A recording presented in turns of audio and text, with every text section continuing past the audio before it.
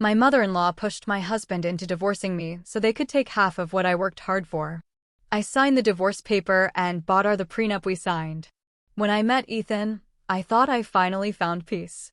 After years of clawing my way up from nothing, working double shifts, putting myself through school, starting my own business from a tiny apartment, I had built a life that felt stable. By the time Ethan came into the picture, I had 3 flourishing boutiques, a decent investment portfolio, and a little house I could proudly call my own. When Ethan and I first got together, everything felt simple. He was gentle, attentive, and funny in a way that melted my stress after long workdays. I was already a businesswoman, but Ethan was still figuring himself out, yet that didn't bother me. Love, I thought, wasn't supposed to be transactional. What I didn't factor in was his mother, Marjorie. From the very first dinner I had with her, she scanned me like I was a piece of meat in the market. She smiled politely, but her eyes darted to the watch on my wrist, the car keys on the table, the way Ethan reached for my hand. She leaned forward and asked him loud enough for me to hear, "So, if this doesn't work out, you'll be taken care of, right? Half of everything." Ethan chuckled nervously, but I caught the glimmer in her eye. That night, I knew Marjorie didn't see me as her son's partner. She saw me as a target. Still, I ignored it. Ethan wasn't her, and he defended me at first. But poison takes time to work. Our marriage started strong. Ethan signed the prenup willingly before the wedding. He told me I'd never take what isn't mine. "You worked too hard for this." I remember feeling relieved he wasn't threatened by my success. But Marjorie wasn't done. She once visited us, stayed for a few days, and I think that was when she started her mission. She dropped her comments like needles. "She's at the store again? What kind of wife leaves her husband alone at night? You should be the man of the house, Ethan. Doesn't it bother you that she controls all the money? If she really loved you, she'd trust you with everything, not hide behind papers." At first, Ethan shrugged her off. But over time, her words began to seep in. I noticed him becoming distant. The way he sighed when I pulled late nights managing a new location. The bitterness in his voice when I declined lending money to his freeloading cousin. Then came the arguments. "You act like I'm just some kid living in your shadow. Do you even see me as your equal? Maybe mom's right, you don't trust me." One day, he called me selfish for not investing our joint savings into some ridiculous restaurant scheme his mother dreamed up. I knew she had gotten to him completely. I set his phone to record all calls secretly. One night, when he was asleep, I took his phone, connected it to my earbud, and checked his recent calls with his mom. I heard everything they discussed, but one caught my attention. I was shocked. Ethan said to his mom, "Once the divorce goes through, I'll get half. We'll finally have enough to make your plans happen. Just stop pushing." "She's already suspicious." I froze. My heart thudded. They weren't just talking, they were plotting. I almost confronted him right there. But instead, I stayed quiet. If Marjorie wanted to play chess, I was going to let her think she was winning until checkmate. 2 weeks later, he shoved the papers in front of me. His face was smug, almost relieved. "I think we're better off apart," he said flatly. "You'll move on. I'll move on. It's for the best." I looked at him, at the boyish features I once adored, and saw nothing but greed wearing a familiar mask. Without a word, I signed. That night, Marjorie threw a small celebration dinner. I wasn't invited, but word got back to me through one of Ethan's cousins who I befriended while we were together. She told me how Marjorie toasted over wine, laughing about how Ethan finally came to his senses and how soon they'd be co-managing my boutiques. She pictured herself strolling into my stores, cutting ribbons, maybe even selling off what she didn't like. Ethan sat there, basking in her approval like a dog waiting for scraps. Let them laugh, I thought. Their fall would taste sweeter. The day of the hearing, I wore my sharpest suit. Ethan strolled in with Marjorie by his side, her pearls gleaming, her grin wide as though she already had the keys to my empire. The judge began reviewing the paperwork. Ethan's lawyer puffed up, ready to demand half of everything. Marjorie leaned back, smug. Then the judge cleared his throat. "Mr. and Mrs. Carter, according to this prenuptial agreement, signed and notarized before your marriage, assets remain separate. Mrs. Carter retains ownership of her businesses, properties, and investments. Mr. Carter is entitled only to the assets he entered the marriage with, plus agreed-upon joint savings. The room went silent. Marjorie's face drained of color. She shot forward in her seat. That can't be right. There must be a mistake. Turns out Ethan didn't remember the prenup he signed wholeheartedly. The judge didn't even look at her. The prenup is valid. Ironclad. Ethan's jaw dropped. He turned to me, whispering furiously, "You tricked me." I met his eyes, calm as ice. "No.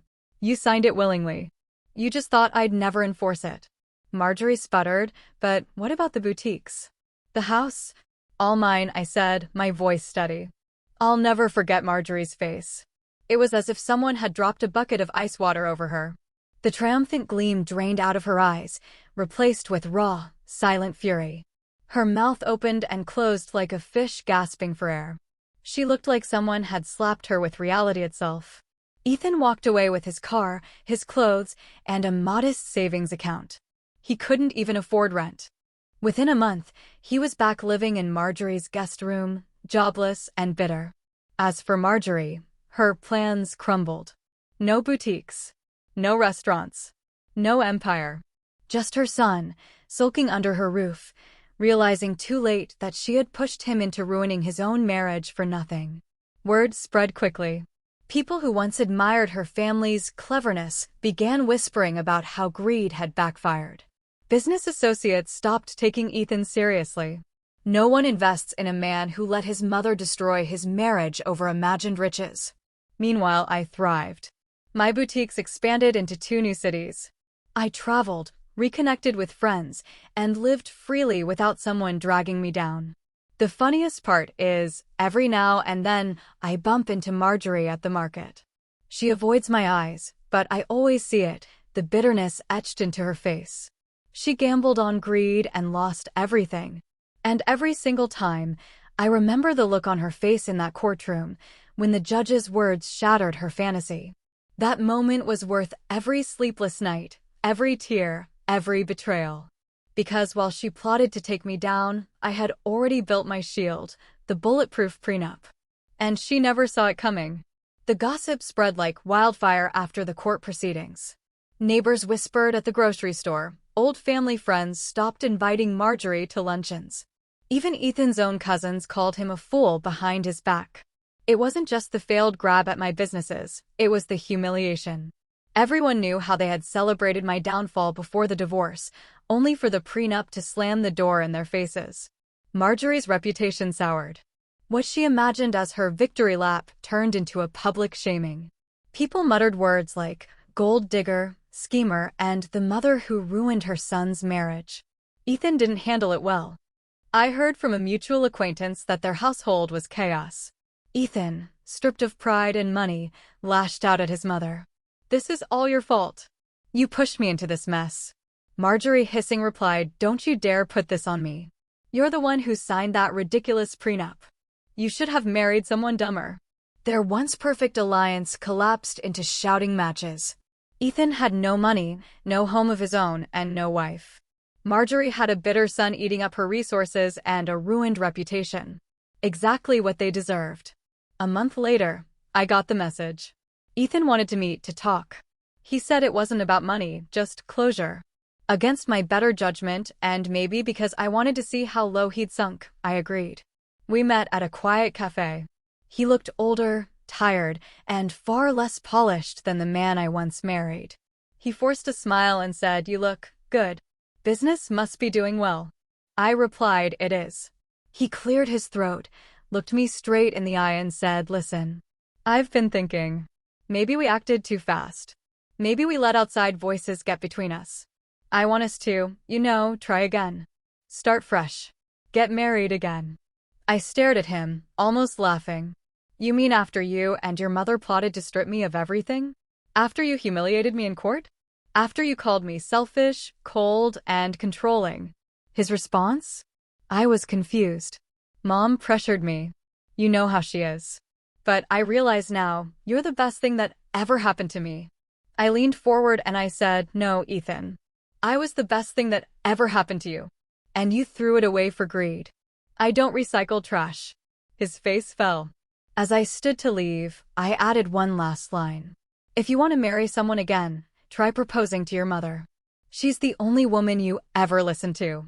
The look on his face, a mixture of shame, anger, and desperation, was almost as satisfying as Marjorie's courtroom breakdown.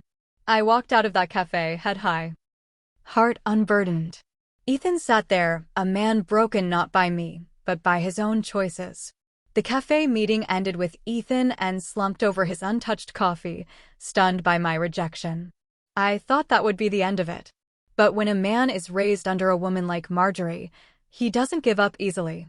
Not because he loves, but because he hates to lose. 2 days later, my phone buzzed. Unknown number.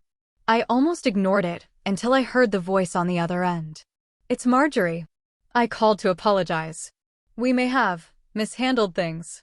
Ethan was foolish, but you know how men are easily influenced.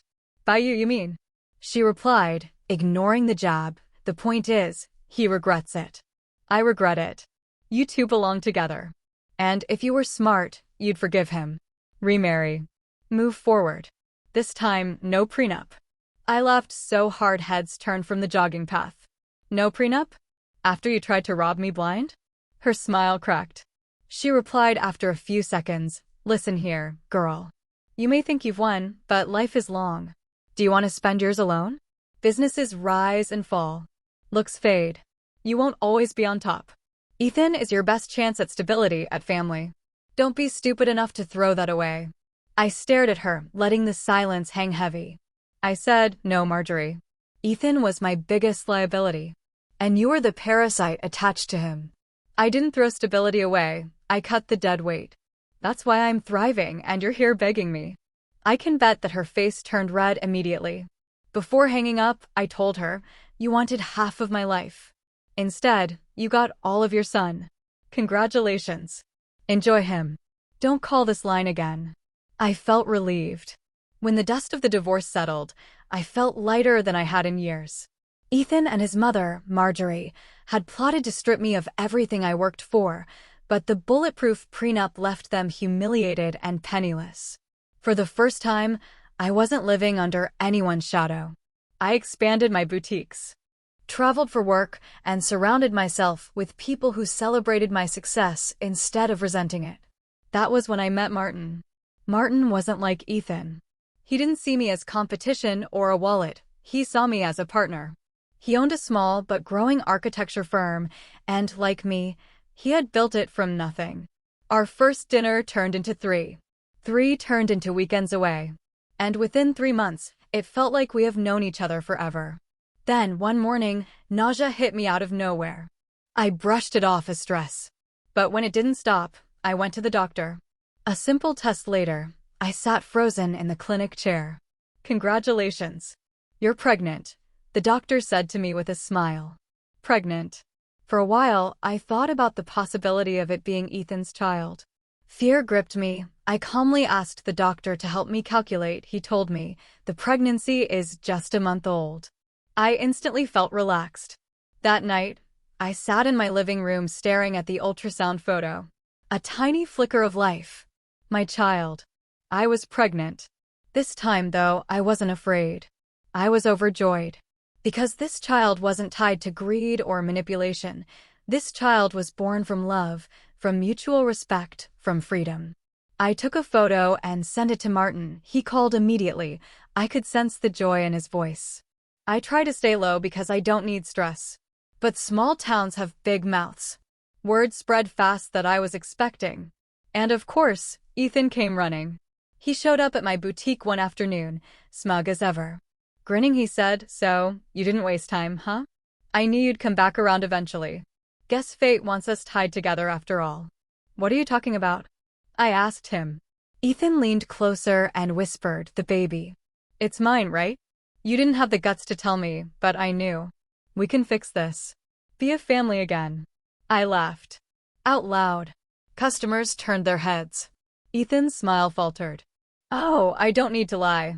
The father is a real man, one who doesn't need his mommy to tell him how to live. I replied, feeling exhausted. It didn't take long for Marjorie to find out. She stormed into my shop days later, red-faced and trembling. How dare you humiliate my son like this? Parading around pregnant so soon? Everyone thinks it's his. Folding a dress calmly, I said, "That's your problem, not mine. Maybe if your son had been half the man Daniel is, we wouldn't be having this conversation. You'll regret this. No man will stand by a woman like you." I met her eyes, steady and calm, funny. "Martin already has. And he's not going anywhere." She left in a fury, but I could tell the truth stung more than my words. I was happy, thriving, and loved, while she and her son were trapped in the same cycle of bitterness. Months later, when my son was born, Ethan showed up at the hospital with flowers. He looked nervous, hopeful, like a man about to beg. "Please, let me see him. I know he's mine. We can start over." I looked at Martin, who stood by my bed, holding our baby. Then I turned back to Ethan. I said to him, "Meet your replacement.